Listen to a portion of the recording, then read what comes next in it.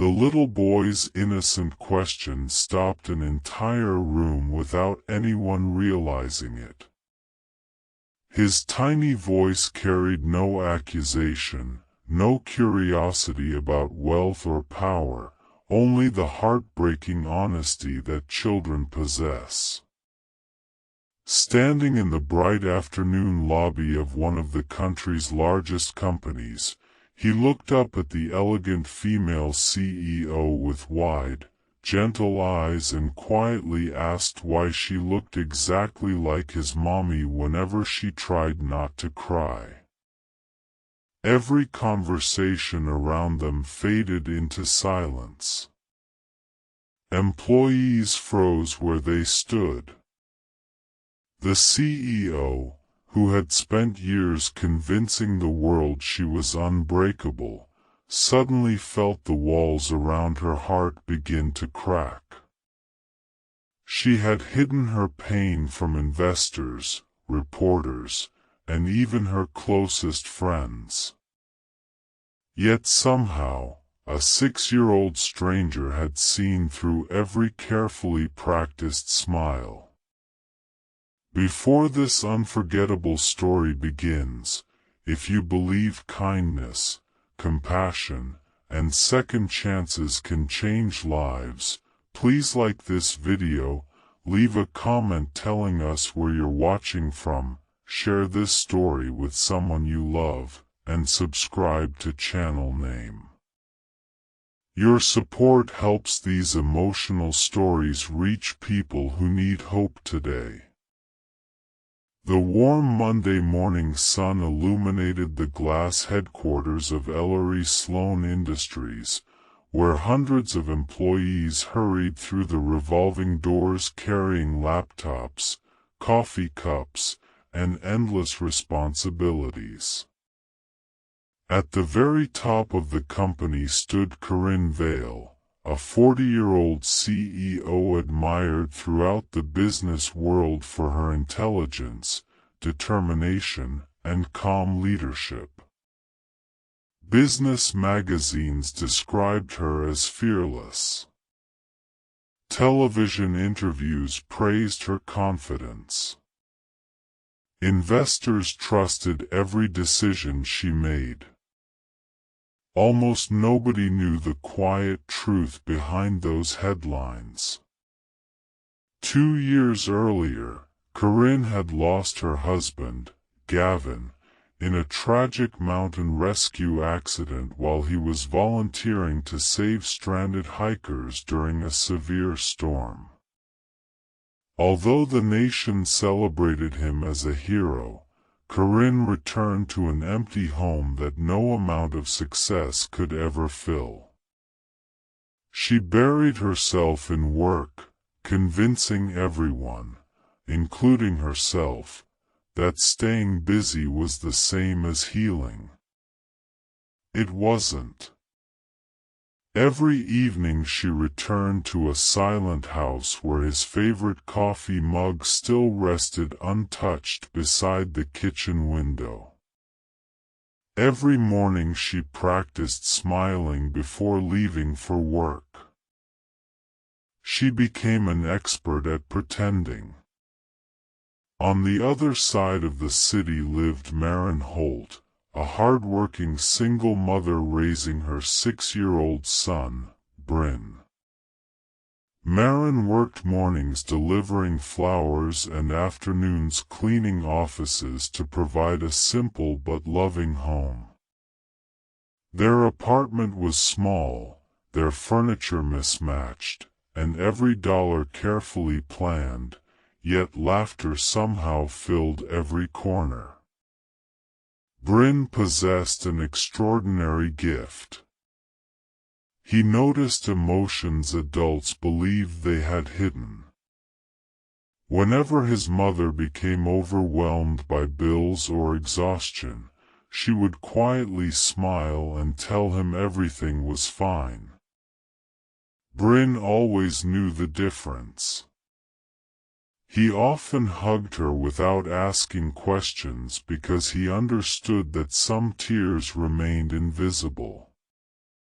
One bright afternoon, Maren received a call that changed her schedule completely. The company where she cleaned offices requested emergency help preparing for an important charity event being hosted inside Ellery Sloan Industries. Unable to find childcare on short notice, she reluctantly brought Bryn with her after receiving permission from the building manager. She reminded him to stay close, to be polite, and never interrupt busy people. Bryn promised. Inside the magnificent lobby, volunteers arranged decorations for a children's education fundraiser. Employees hurried between conference rooms while photographers prepared equipment for the evening event. Bryn quietly admired the colorful flower arrangements his mother helped place throughout the building.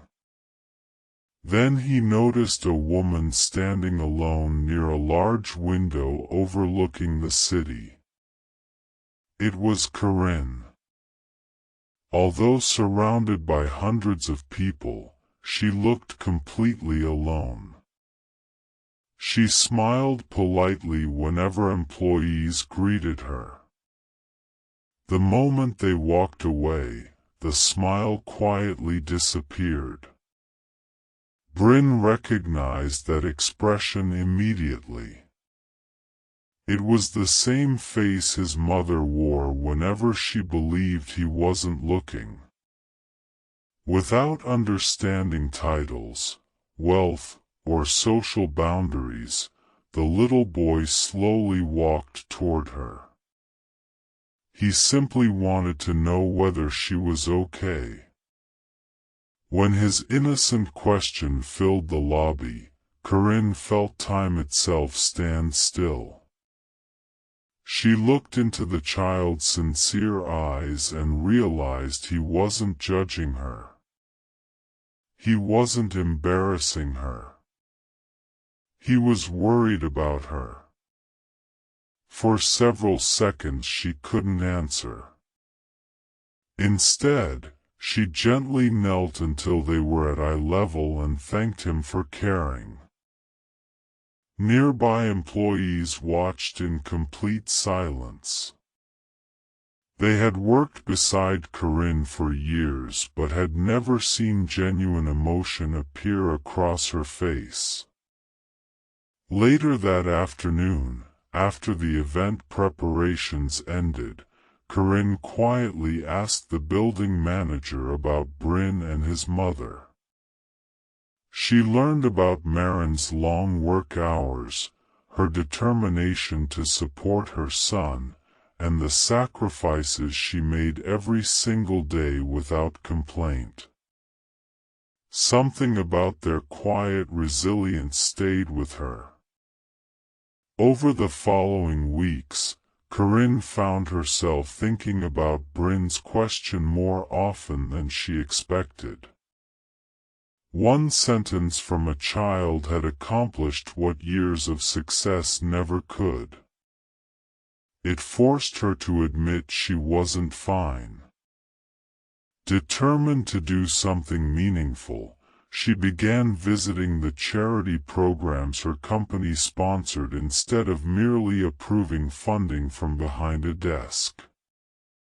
She met families facing impossible challenges, volunteers giving their time without recognition, and children whose courage far exceeded her own. During one visit, she unexpectedly met Maren and Bryn again at a community reading program. Bryn immediately recognized her. This time he smiled brightly instead of looking concerned. He proudly showed her a picture he had drawn of a woman standing beneath sunshine while smiling with tears in her eyes. When Corinne asked what the picture meant, Bryn explained in the simple way only children can. Sometimes people smile because they are happy. Sometimes they smile because they are trying to become happy again. Those words quietly settled deep inside her heart. As the afternoon sunlight streamed through the library windows, Corinne realized the little boy had unknowingly become the teacher she never expected. For the first time in 2 years, she considered that healing might not mean forgetting the person she had lost. Perhaps it meant allowing herself to live in a way that would make him proud. She had spent years leading one of the nation's greatest companies. Now she faced the far more difficult challenge of leading her own heart back toward hope. What she didn't yet know was that one unexpected invitation from Marin would soon place all three of their lives on a path that none of them could have imagined. The invitation arrived on a bright Saturday morning wrapped inside a small handmade envelope decorated with colorful crayons and uneven little stars. Bryn had insisted on drawing every picture himself because, as he proudly told his mother, important people deserved invitations made with love instead of money. Marin smiled as she tucked the envelope into her bag before walking to Ellery Sloan Industries, never imagining the simple note would become one of the most meaningful gifts Corinne Vale had received in years. Inside the envelope was an invitation to the neighborhood's annual daytime community picnic held in a small public park. There would be homemade food, children's games, music, and volunteers planting flowers for the coming spring. Nothing about the event was luxurious, but everything about it reflected the warmth of ordinary people supporting one another. Corinne accepted without hesitation. When she arrived the following Saturday, she left behind expensive security details and formal business attire. Instead, she wore comfortable clothes, tied her hair back, and quietly blended into the cheerful crowd beneath the clear blue sky. The children didn't recognize her as a famous CEO. They simply saw another grown-up willing to help. She spent the morning serving lemonade, carrying folding chairs for elderly neighbors, and helping children paint colorful birdhouses. Laughter slowly replaced the silence that had lived inside her heart for so long. Bryn proudly introduced her to everyone he knew. To him, she wasn't an executive. She was simply Miss Corinne. Later that afternoon, while volunteers planted flowers around the playground, Bryn suddenly disappeared. Panic spread for only a few moments before Corinne noticed him standing near the old memorial garden at the edge of the park. He wasn't lost. He was carefully placing fresh wildflowers beneath a small stone engraved with the names of local heroes who had lost their lives helping others. Corinne quietly walked beside him. Bryn explained that his mother often brought flowers there because his father, a volunteer firefighter, had also given his life protecting a family trapped inside a burning home when Bryn was only a baby. Corinne looked toward Marin across the park. In that moment she understood something she had never realized. The sadness she recognized in Marin's smile came from the same place as her own. Different stories. Different people. The same quiet grief. That afternoon, the three of them sat beneath a large oak tree sharing sandwiches and simple conversation. They didn't speak much about loss. They spoke about favorite memories, funny childhood moments, and the little habits loved ones leave behind. For the first time in years, Corinne laughed while remembering Gavin instead of crying. His memory no longer felt like a weight. It began feeling like a gift. Over the following months, Corinne's life slowly transformed. She shortened endless board meetings. She encouraged employees to spend more time with their families. She created flexible schedules for single parents working at the company and expanded counseling programs for employees struggling with grief, anxiety, or personal hardships. Productivity unexpectedly increased. Not because people worked longer. Because they felt valued. Employees noticed something else as well. Their CEO smiled more often. Not the carefully rehearsed smile from magazine covers. A genuine one.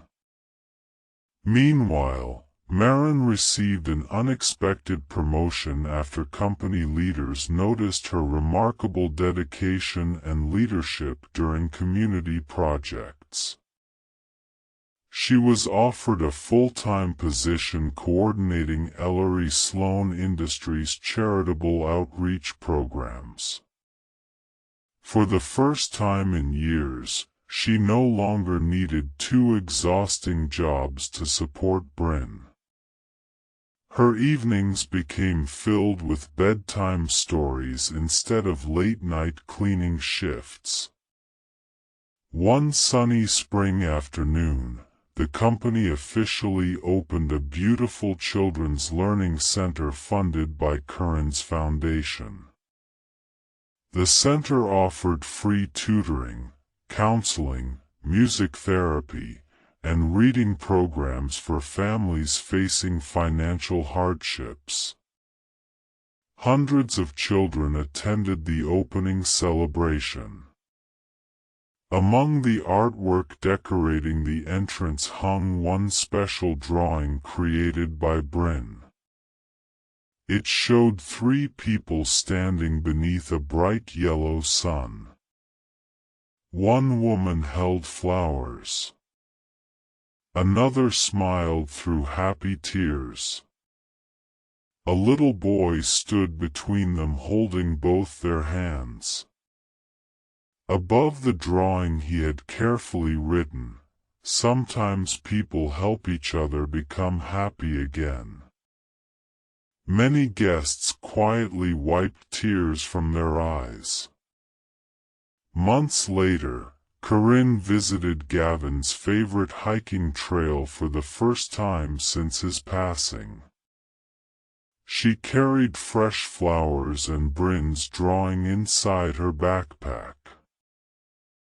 Standing beneath the warm afternoon sunshine, she thanked her late husband for every beautiful memory they had shared. Then she quietly promised something she had been too afraid to say before. She promised to keep living. Not because she had forgotten him, but because loving someone so deeply deserved a life filled with purpose rather than endless sorrow. When she returned to the city, she found Marin and Bryn waiting outside the learning center. Bryn ran toward her with his usual joyful smile. Without thinking, Corinne hugged him tightly. It felt completely natural. Not because they were family by blood, but because kindness had quietly woven their lives together. Years later, the Learning Center became one of the city's most beloved places. Thousands of children discovered hope inside its classrooms. Parents found support during difficult seasons. Volunteers formed lifelong friendships while serving others. People often asked Corinne what inspired the foundation. She always smiled before answering. It wasn't a board meeting. It wasn't a business deal. It was one honest question from a little boy brave enough to notice the tears hidden behind a smile. Before we reach the ending, we'd love to hear from you. Please leave a comment with the words, "Kindness sees what eyes cannot," if you believe compassion can heal even the deepest wounds.